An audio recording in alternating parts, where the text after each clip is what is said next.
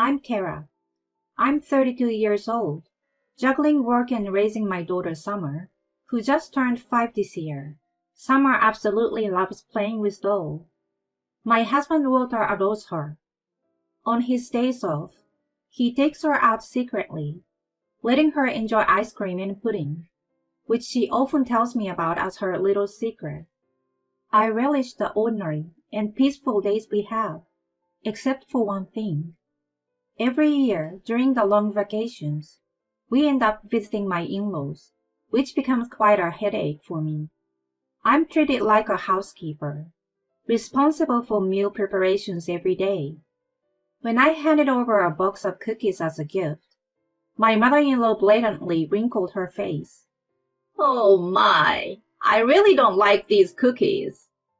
I couldn't believe it. There was no way she could dislike them. My husband had told me that these were her favorites. I swallowed my frustration and promptly withdrew the cookie box. "I'm sorry, then. I will take them back." "Oh, never mind. I guess I will accept them." She snatched the withdrawn box from me and eagerly tore it open, examining the cookies carefully. Later, when I tried to prepare soup, she commented, "We don't put meat in our soups here." And with that, she poured the soup I had made down the sink. She continuously found faults with everything I did, and eventually, my plate consisted only of meat or fish scraps and bones. She was like a character out of a soap opera, a classic wicked mother-in-law. My husband was usually occupied with gardening and yard work while I was in the kitchen, so he didn't notice her bullying me directly. Of course, he would intervene if he noticed something strange, but my mother-in-law always played it off as mere carelessness, pretending innocence. "Oh my, how forgetful of me!" That was her typical response. My husband always sighs and swaps my plate with his when my mother-in-law behaves this way. But this only seems to irk her more. I often think, why not just stop the harassment? But maybe, for my mother-in-law, this is her source of entertainment. I can endure the taunts directed at me. But what's difficult is when she involves my daughter. During this family gathering, my husband's younger sister and her husband visit along with their 7-year-old son Noah. My mother-in-law dotes on Ingrid, my sister-in-law, to an extreme extent. She never lets her enter the kitchen, and if I ever ask Ingrid for help, "You, as a daughter-in-law, shouldn't use my daughter for your chores." Like mother, like daughter, Ingrid also doesn't lift a finger and spends her time idly during her stay at my in-laws. My mother-in-law's doting extends to Ingrid's sons as well. "Noah, here's the video game you wanted." "That's great, Noah. Make sure to thank Grandma." "Thank you." My mother-in-law and Ingrid both smiled contentedly as they handed Noah the game without even looking at him. Then, my mother-in-law carelessly tossed a small item to my daughter, Summer. "Here, Summer, this is for you." What she tossed was a small notepad with a cat illustration on the cover. "Wow, this is so cute. Thank you, Grandma." Summer's pure smile made my mother-in-law's mouth twitch involuntarily. "See? It's the thought that counts more than the prize." Ingrid burst into laughter upon hearing this, which irked me. But my husband was the first to speak up. "Mom, stop favoring your grandchildren. It's not right." "It's a differentiation, you know. It's natural to treat a kindergarten child differently from an elementary school student." "There is only a 2-year age gap." As the adults argued, our daughter looked on anxiously. Noah also seemed uncomfortable. It was so immature to involve the children in our conflicts. Ingrid was laughing hysterically, observing the quarreling adults. Just then, my father-in-law, who had been quietly sitting aside, chimed in. "What's the matter? Did she do something to upset Walter again?" "Grandpa!" Summer, Noah, want to go for shaved ice with Grandpa? Kira, you should come too. The mango shaved ice over there is outstanding. Sure. I love you, Grandpa. Summer's grandfather affectionately patted her head, and Noah too seemed relieved as he held his hand. This open favoritism between my sister-in-law's son and my daughter was increasingly bothersome. I could tolerate it for myself, but I knew that returning to my in-laws' place was not good for Summer's upbringing. My husband understood this too, so we had only been visiting them a minimum of twice a year for the past few years. However, the situation continued to worsen. My husband, me, and our daughter Summer all had our daily routines, work for us, and preschool for Summer. I usually finished work first, so I was responsible for picking up Summer. But one day, Summer started insisting that she wanted her dad to pick her up, throwing a tantrum about it. But that wasn't all. When we got home, I want to eat dinner with Daddy. I want to take a bath with Daddy. I want to sleep with Daddy. These were her daily demands. Everything has to be with Daddy, and she cries if it's not. Even though I try to convince her, it's mostly me taking care of her until my husband gets home from work. But there are days when she insists on Daddy so much that she cries uncontrollably until he comes back. I'm already tired from work, and I want her to sleep early for her daycare the next day, so it gets frustrating. At first, my husband was delighted by how much she loved him, but lately, with her constant demands for him, he's been exhausted. Something was off. We both realized this was unusual, so we decided to ask Summer. Summer, why do you want Daddy so much? Summer looked at me with a serious expression and tightly grasped her skirt. Because Daddy is going away. Oh? Suddenly, Summer shouted at us. Because Daddy is not Summer's real daddy. That's why she's going away. Sweetheart, what are you talking about? What in the world is my daughter saying? My husband tried to talk to her gently. Daddy is your real daddy. No, you're not, because I don't look like Daddy at all. We exchanged glances. It's true that Summer looks exactly like me, to the point where people comment that she got none of her father's genes. Summer, you might look like Mommy, but you're both Mommy's and Daddy's little one. No, he's not my daddy. He's not. I try to calm her down, but my daughter stubbornly shakes her head. And then she shouts something unbelievable. Grandma said I don't look like Daddy because Mommy cheated, and Summer's real daddy is someone else. What? Our simultaneous reactions reflected our shock. Mom? How could she? Yeah, Walter, this is just too much. I desperately suppressed the urge to storm out and kick down the door at my in-laws. My husband's tempers were throbbing with anger, but we needed to talk to our daughter calmly. Summer, you're definitely Daddy's little one. And Mommy would never do something that would make you and Daddy sad. Right, Kara? My husband looked directly into my eyes. With nothing to hide, I returned his gaze squarely. Of course. Daddy can only be your daddy. Really? As my husband and I nodded emphatically, the tension visibly drained from Summer's body. I pulled her close to me. I'm sorry, Summer. I apologize for not realizing her anxiety earlier.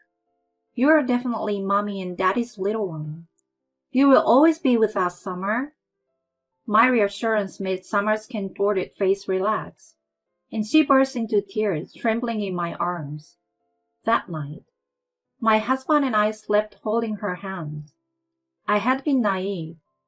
I failed to see through my mother-in-law's foolishness when she could instill such malicious lies in her young granddaughter. I'm sorry, Summer. Mommy will fight for you. With her left hand, my daughter held on to me while my husband lying beside her glared with anger in his eyes. We would never forgive my mother-in-law. Absolutely never. During the weekend, we left Summer with my mother and confronted my in-laws. Ingrid, who happened to be visiting, sat beside my mother-in-law, smirking while eating ice cream. What? Isn't this just Summer's misunderstanding? My mother-in-law played innocent, but when we pressured her, she quickly changed her tune. So what? She doesn't look like my son because it's true. Kara got pregnant with another man's child, didn't she? You hit a nerve, and now you're lashing out. Walter, wake up and move on. Find yourself a nice, young, and cute wife. Yeah, Walter has terrible taste in women, doesn't he? Well, I already produced an heir, so it's okay if Summer isn't around. Maybe leave your cheating wife and start over?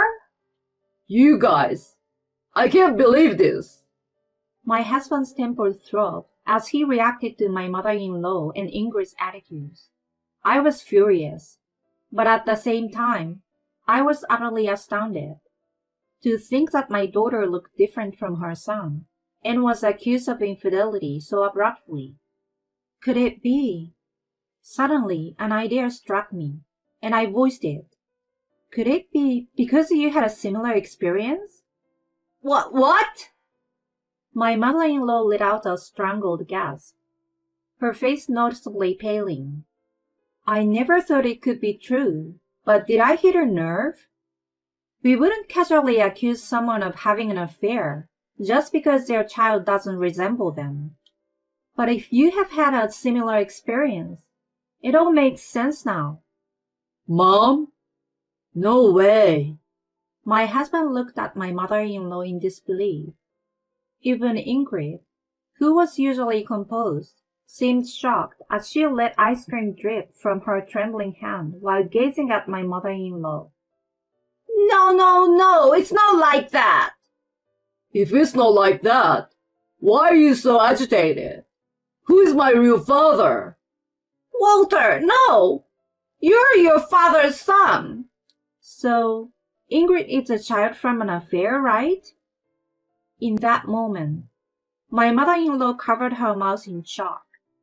Seeing her reaction, even Ingrid widened her eyes and gasped. Mom? No. Ingrid is also my husband's. My mother-in-law attempted to regain her composure with quivering lips, but her effort was interrupted by a low monotone voice. I suspected as much. As we looked towards the source of the voice, my father-in-law had appeared. My mother-in-law openly showed signs of distress. No, I didn't have an affair. Stop it. This is embarrassing. My father-in-law sighed deeply. I had a hunch. For several years after Walter was born, we couldn't have children. Or rather, we didn't engage in activities that could result in children. So when you suddenly pushed for a child and then became pregnant almost immediately, it felt strange. Still, when our daughter was born, she was adorable. I thought that if I endured it and pretended not to notice, I could protect my family and my children. But it seems I was wrong all along. That's not. Overwhelmed by shock, my mother-in-law stumbled and fell to her knees. Kara, I'm sorry for the discomfort my wife and daughter have caused you. Today marks the end of such discomfort. Thank you. These two are no longer part of our family. Dad! My mother-in-law and Ingrid both let out anguished cries. My mother-in-law clung desperately to my father-in-law's arm. It's really not true. Ingrid is undoubtedly your child. You believe Kara more than the woman who's been with you for over 30 years? Mom, stop it. This is embarrassing. My husband, frustrated and disgusted, stared back at his mother, who was glaring at him like a demon. In the midst of this, my father-in-law uttered calmly, That's right. Right, honey? You believe me, right? If it turns out Ingrid is not my child, it means you've deceived me for almost 30 years. My father-in-law pushed away my distraught mother-in-law without mercy, leaving her in despair. We will have a DNA test, and if it proves Ingrid is my child, I will believe you. If not, then you can leave. My mother-in-law, with a pale face, slumped to the floor. Beside her, Ingrid, dazed and shocked, stood amidst the melted ice cream puddle. Unlike my situation, my mother-in-law's infidelity seemed indisputable. The next day, my husband obtained a DNA testing kit and reluctantly collected samples from my mother-in-law and the stunned Ingrid. Through the power of science, it was confirmed that my husband and my father-in-law were indeed biologically related, while Ingrid's connection was disproven. With a solemn expression, my father-in-law expelled my mother-in-law from the house and filed for divorce. In order to compensate for her years of deceit and infidelity, my father-in-law took most of the property when he left, leaving her with almost nothing. Homeless and penniless, my mother-in-law attempted to move in with Ingrid. Unexpectedly, Ingrid's husband also demanded a DNA test for their son Noah. It turned out that Ingrid had also been unfaithful. Her husband had suspected it for a while, but refrained from investigating, concerned about the impact it might have on little Noah. However, witnessing the dramatic divorce between his parents-in-law had changed his mind. Fortunately, the DNA test confirmed that Noah was indeed his biological son. However, Ingrid's infidelity remained a fact, leading to their own divorce. Due to the severity of her actions and Noah's strong desire, custody was awarded to her husband. My mother-in-law and Ingrid ended up living together in a small apartment, struggling with their reduced circumstances. Legally, Ingrid was still considered my father-in-law's child. However, my father-in-law had a plan. To reduce Ingrid's inheritance, he adopted me and my daughter Summer. By increasing the number of children and ensuring a well-drafted will, he aimed to minimize what would ultimately go to Ingrid. Ingrid, who lost her beloved son and had been living a luxurious life supported by her husband's income, couldn't bear this change. She incessantly blamed her mother for her misfortune and tried to impose herself on our family. Naturally, my husband and I had no intention of accepting my mother-in-law. My husband looked down at his mother with disgust and told her to be ashamed of herself.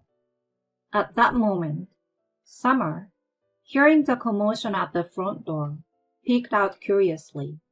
When my mother-in-law saw Summer, her face suddenly brightened. Summer, honey, please ask Mommy and Daddy to help your grandma. Everyone has been mean to Grandma, you see. After all she had put Summer through, what audacity to make such a request. I turned to hide Summer behind me, ready to give her a piece of my mind. But in an unexpected turn, Summer spoke up. No. Huh? Summer firmly rejected her grandmother, who stared back in disbelief. Summer looked at her grandmother with eyes that I had never seen her use on anyone, not even her parents. Grandma tried to take Daddy away from me, so no. It's a no. My mother-in-law turned pale. Could she have forgotten the evil deed she had committed? She truly was beyond redemption. I wouldn't do such things anymore. Look, Summer, I will buy you lots of your favorite toys and sweets. I don't need them. Grandma is a liar. To prevent any further trauma, I tried to carry Summer back to the room. However, my stubborn mother-in-law continued to insist on stopping us. If you continue this, I will call the police. Is that clear? My mother-in-law, humiliated and defeated, let out a pitiful cry and collapsed. Without mercy, my husband firmly took her away. And so, my mother-in-law ended up with a miserable retirement due to her grief. From then on, we often invited my father-in-law to our home. He now seems more lively than he did back when he lived with his ex-wife.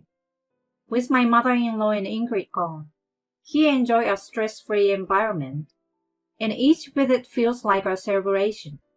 Hey, Kira, I brought some watermelon. Wow, that looks delish. Thank you. Where's Summer? Seeing my father-in-law eagerly looking forward to seeing his beloved granddaughter, I put my finger to my lips and silently led him through the hallway. I opened the living room door, revealing my husband and daughter, both fast asleep in the same position after a tiring day of play. My father-in-law quietly chuckled. They look so much alike. Though their faces might not resemble each other, there was no doubt that Summer and my husband were parent and child. In that moment, I couldn't help but feel that I had the most precious family in the world right there with me.